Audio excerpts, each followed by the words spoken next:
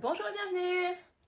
J'espère que vous allez tous bien. On se retrouve dans cette nouvelle vidéo. Donc on est à un mois et une semaine post-opératoire. Donc on est à un mois de la précédente vidéo. J'avais dit que je la tournerais au bout enfin, 3 semaines après. J'ai un peu traîné, j'en suis désolée.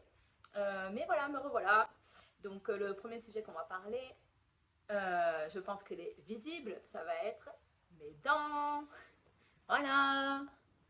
J'ai les dents quand même écartées. Alors, moins que ce que je pensais. Franchement, je pensais avoir les dents beaucoup plus, qu'elle allaient beaucoup plus écartées. On m'avait parlé de entre 7 et 9 mm devant. Au final, ça s'est plus écarté vers l'arrière, en fait, vraiment ici, plutôt que devant. Donc là, il faut savoir que j'ai arrêté d'ouvrir, d'activer, ça fait une semaine pile poil d'ailleurs, une semaine et un jour. Et mes dents se sont déjà resserrées. Elles ont déjà commencé à se resserrer. Ça a commencé à revenir en tout cas. Donc je suis contente. On va faire un petit flashback. On va revenir après l'opération, en fait, pour faire suite donc à la vidéo précédente. Donc quand je vous ai quitté, on allait m'enlever la perfusion, chose que... quel bonheur et soulagement. Voilà, ça a été super quand on me l'a enlevé. Ensuite, j'avais toujours des médicaments, mais j'étais surtout au Doliprane. Et au bout de 2 jours, j'ai compris que le Doliprane, c'était pas possible. Je me réveillais la nuit, je me réveillais à 6 h du mat avec des grosses douleurs ici. J'avais mal à la tête du coup. Donc j'ai tenu 2 jours comme ça et le troisième jour j'ai appelé mon chirurgien au secours. Donc il m'a represcrit des antidouleurs et des anti-inflammatoires qui m'ont sauvée à ce moment-là parce que j'étais pas bien. Donc j'ai repris pendant 5 ou 6 jours ces médicaments-là et c'est ce qui m'a sauvée, ça m'a grave aidée. Donc après ça, ça allait beaucoup mieux, quoi. Je supportais la douleur, pas de problème. Ce qui me gênait en fait le plus, c'est le fait de ressentir l'insensibilité en fait. Parce qu'au début, j'avais l'insensibilité de là jusqu'à là, en comptant le nez et tout ça. Maintenant, j'ai vraiment l'insensibilité ici et ici. Je sais que ici, c'est pas un mot que j'arrive très bien à prononcer, excusez-moi. On reviendra après sur ça parce que je voudrais faire un gros point disjoncteur. Donc on y reviendra après. Mais en tout cas, voilà, actuellement, je sens toujours rien ici, donc c'est vraiment là où ils ont coupé.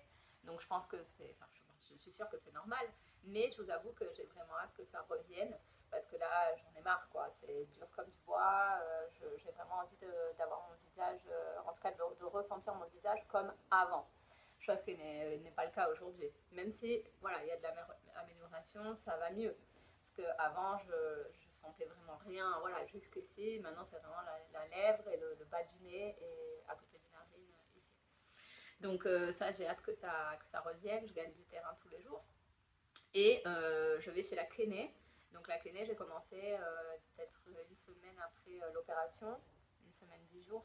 Et elle me fait donc les drainages lymphatiques. Alors je pense que ça aide beaucoup à faire revenir tout ça. Donc là, durant sa semaine de vacances, moi, je me suis massée, j'ai essayé de moi me faire des petits massages, etc. J'ai l'impression quand même que ça fonctionne. Là, il s'est passé un mois, comme je vous ai dit, depuis la précédente vidéo. Donc bon, les choses ont évolué seules. Hein. Donc je vous montre mon petit disjoncteur, l'engin de torture. Voilà, je le mets dans mon appareil et je pousse vers le fond pour activer et donc écarter petit à petit les dents. Il faut juste, je tiens à préciser quand même que du coup c'est moi qui l'ai fait, d'ouvrir. Donc c'était un peu ma hantise, moi, de tout l'opération, le traitement, etc. J'avais vraiment peur de cette action d'ouvrir les dents. C'était ça qui me faisait peur. Et, franchement, ça s'est super bien passé, quoi, pas de problème. Au début, je n'étais pas sûre de bien ouvrir, mais après, j'ai eu rendez-vous avec mon ortho qui m'a confirmé que je faisais bien, j'ouvrais bien, tout ça. Donc voilà, ça m'a vachement rassurée, j'étais contente et donc j'ai continué pendant bien 2 semaines. Du coup, j'ai arrêté 3 semaines. Ouais, en tout, j'ai fait 3 semaines pratiquement, quoi. Donc voilà, là j'ai arrêté et maintenant la prochaine étape, c'est lundi, on me pose l'appareil dentaire en haut. Donc j'ai un peu peur quand même d'être lundi. Je sais que ma vie va quand même changer et que c'est pas pour un mois. Là, l'appareil, on me le met pour un moment, quoi. Après, la grande nouvelle et bonne nouvelle du jour, c'est que j'ai eu, enfin du jour de la semaine, on va dire, j'ai eu rendez-vous avec mon chirurgien il y a une semaine. Donc on a fait un point, il était très content de mon ouverture, etc. Et c'est vrai que moi, j'ai de gros problèmes avec mon disjoncteur. J'ai du mal à le supporter. Il m'empêche de bien manger, de bien parler. J'ai l'impression que, voilà, pour ma vie, c'est pas le top, quoi. Donc moi, j'ai beaucoup de mal avec ce disjoncteur. J'ai demandé de le retirer avant mon ortho. Elle a pété un câble, elle m'a dit que non, que ce sera septembre et voilà, mais qu'on pourra essayer de voir à partir de mi-juillet pour l'enlever. Donc elle voulait 6 mois plein. Sauf que quand j'ai vu mon chirurgien, je lui ai expliqué un peu mon problème, on a eu une petite discussion avec ça. Et donc elle m'a bien dit que normalement, en fait que mon ortho était très sérieuse et qu'elle, elle voulait 6 mois, mais que lui envisageait d'enlever un disjoncteur au bout de 2 à 3 mois. Donc ça m'a quand même vachement rassurée. Il a fait un petit vocal à mon ortho pour lui dire qu'il ne voyait pas d'inconvénient à enlever l'appareil. Donc moi je pense que mi-juin, il me l'enlève. Donc ça veut dire que j'ai 1 mois et demi à tenir. Alors bon, moi là actuellement, 1 mois et demi, ça me paraît loin, très loin. J'arrive pas, je sais pas comment vous dire, j'arrive pas à rentrer dans ce traitement en fait. Et des fois j'ai envie de tout arrêter. J'ai beaucoup de mal avec ça, avec le fait que dans le temps ça prend du temps et j'ai pas envie en fait. Voilà. J'ai mon ortho et mon chirurgien qui me rassurent énormément, qui sont vachement là pour moi, donc ça c'est cool. Mais je vous avoue que je suis pas, voilà, je suis pas au top avec tout ça, que ce soit le disjoncteur, la pose de l'appareil lundi. J'ai très peur du résultat, de mon futur et ce à quoi je vais ressembler. Surtout que du coup pendant 1 mois, je vais avoir l'appareil dentaire, j'ai quand même mon trou, mon diastème, et j'ai le disjoncteur. Donc moi j'ai hâte d'arriver mi-juin, quand ils vont m'enlever le disjoncteur, ça fera quand même un truc de moins. Voilà, ça c'était pour le point disjoncteur qui me gâche la vie. Et ensuite, alors, au niveau de la nourriture, après l'opération, je pouvais pas manger grand chose. Hein. Déjà, je suis restée plusieurs jours sans manger, genre 3 jours, un truc comme ça, où j'ai mangé 2 yaourts. Et ensuite, donc il faut savoir qu'ils vous prescrivent des trucs comme ça, je vais vous montrer. Donc c'est des Fortimel ou Clunitren, c'est des trucs protéinés et hyper caloriques. Donc ça sauve des vies. Hein. Moi, au début, je buvais que ça, et heureusement que j'ai eu ça. Donc voilà. Après, c'est vrai qu'il y a plusieurs goûts, il y en a plein, il en existe plein, sous forme de jus, sous forme, je vais vous montrer, il y a aussi sous forme de soupe. Bon, moi quand même, je suis restée là-dessus, j'ai beaucoup aimé cela, sans problème, ça passe nickel. Et après, je vous montre, sous forme de soupe, ça ressemble à ça. Donc c'est des soupes comme ça, donc quand on les mange, on sent bien que c'est bien lourd, et que ça nous nourrit bien. Hein. Donc j'en ai bouffé aussi. Après, au bout d'1 semaine, je ne pouvais plus me les voir en peinture. Donc en fait, pendant 2 semaines après l'opération, je me suis bien maintenue au niveau du poids. Ça a été quoi, pendant 2 semaines. Et ensuite, j'avais plus envie de manger. J'ouvrais mon frigo, je voyais ces trucs-là, je voyais des yaourts, de la soupe. J'en pouvais plus, j'avais plus envie de manger ça, j'avais envie de varier. Donc j'ai eu un moment un peu de flottement où je bouffais plus. Et c'est là où ça a commencé à être la cata et que j'ai perdu du poids. Donc après, il faut savoir que moi j'ai un petit gabarit, je suis pas très grande et je suis très menue. Donc à la base j'étais à 47 kg et je suis descendue à 39. Et donc là on est à 5 jours, dès 45 jours où je peux bouffer. Je vous dis pas comme j'ai hâte d'être ce week-end, je vous jure que je fais de ça. Après, je sais que je vais pas pouvoir non plus manger ce que je veux. Par exemple, là actuellement je rêve d'une pizza. Bah la pizza dans 1 semaine, je sais pas si ce sera possible quoi. Je pense pas. Je pense qu'il faudra attendre encore un petit peu. On est d'accord que je vais pas croquer dans un morceau de pain ou des choses comme ça. Je vais pas bouffer un cookie, que je rêve d'un cookie. Voilà, mais je pourrais un peu plus varier. Je pourrais peut-être retourner manger au resto par exemple, chose que j'ai pas fait. Donc j'ai hâte de retrouver ma vie un peu aussi normale. À savoir que j'ai mangé des bouillons de vermicelle, des soupes, des mini penne comme j'ai dit, ça fait une dizaine de jours à peu près.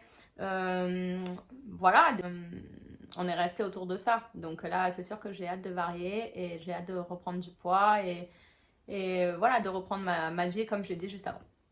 En tout cas, je voulais vous parler aussi... parce qu'il y a quand même d'autres personnes qui font des vidéos, je pense que ceux qui suivent ce traitement le savent et ont déjà vu ces gens sur YouTube ou ailleurs. Et c'est vrai que ça aide vachement. Moi, les vidéos de ces personnes ou les témoignages de ces personnes m'ont énormément aidé. J'avais des appréhensions et je suis quelqu'un qui veut tout savoir. Moi, je voulais tout savoir sur l'opération, etc. Donc ça m'a quand même vachement aidé. Il y a une personne, elle s'appelle Océane, c'est Smile for a New Life, sa page YouTube. Donc elle, ça m'a beaucoup aidé de la suivre parce que elle est passée par là avant moi et je trouve que ses vidéos, voilà, elle parle un peu de tout, elle est très claire avec ce qui se passe et donc ça m'a beaucoup aidé de la suivre en tout cas. Et donc elle a créé un groupe Facebook aussi qui s'appelle Smile for a New Life et donc c'est vrai que d'échanger sur ce groupe, ça fait vraiment du bien quoi. Des fois moi j'ai des coups de bad, je vais sur ce groupe, je pose des questions, j'explique ma situation et j'ai beaucoup de commentaires et j'ai beaucoup de commentaires qui essayent de me remonter le moral et franchement ça fonctionne. Donc je suis reconnaissante envers elle d'avoir fait tout ça parce que voilà, je pense que ça sert à pas mal de monde. Et après, il y a aussi d'autres personnes qui ont fait leurs vidéos sur YouTube. Je vous invite à aller les regarder parce que c'est très intéressant. Ils expliquent aussi par rapport au placement de la langue, etc. Parce que comme j'ai déjà dit, tout vient du placement de la langue. Et d'ailleurs, je commence ma rééducation juste après qu'on m'enlève le retrait du disjoncteur. Parce que là, on ne peut pas faire cette rééducation tant que j'ai le disjoncteur. Donc c'est ou une orthophoniste ou une kiné spécialisée en maxillo qui doit le faire. Et moi, je pense que je vais me tourner vers la kiné. Et voilà, dès qu'on m'enlève le disjoncteur, j'attaque la rééducation de la langue. Comme je vous l'ai déjà dit, c'est très important.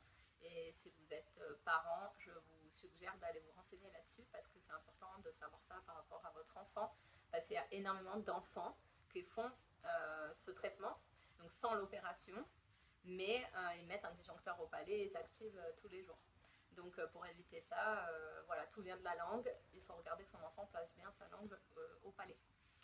Voilà, je pense que j'ai un peu fait un point assez général. De toute façon, là, je pense vous retrouver lundi ou en tout cas pas longtemps après, juste après la pause de mes bagues, que ce soit lundi, mardi ou mercredi, je verrai quand c'est que je pourrai faire cette vidéo. Mais je vous retrouve très vite, du coup, plus vite que là, entre les deux vidéos. Je vais vous faire suivre des photos à la fin de la vidéo. Comme ça, vous verrez un peu l'évolution de mes dents et ce qui s'est passé durant ce mois.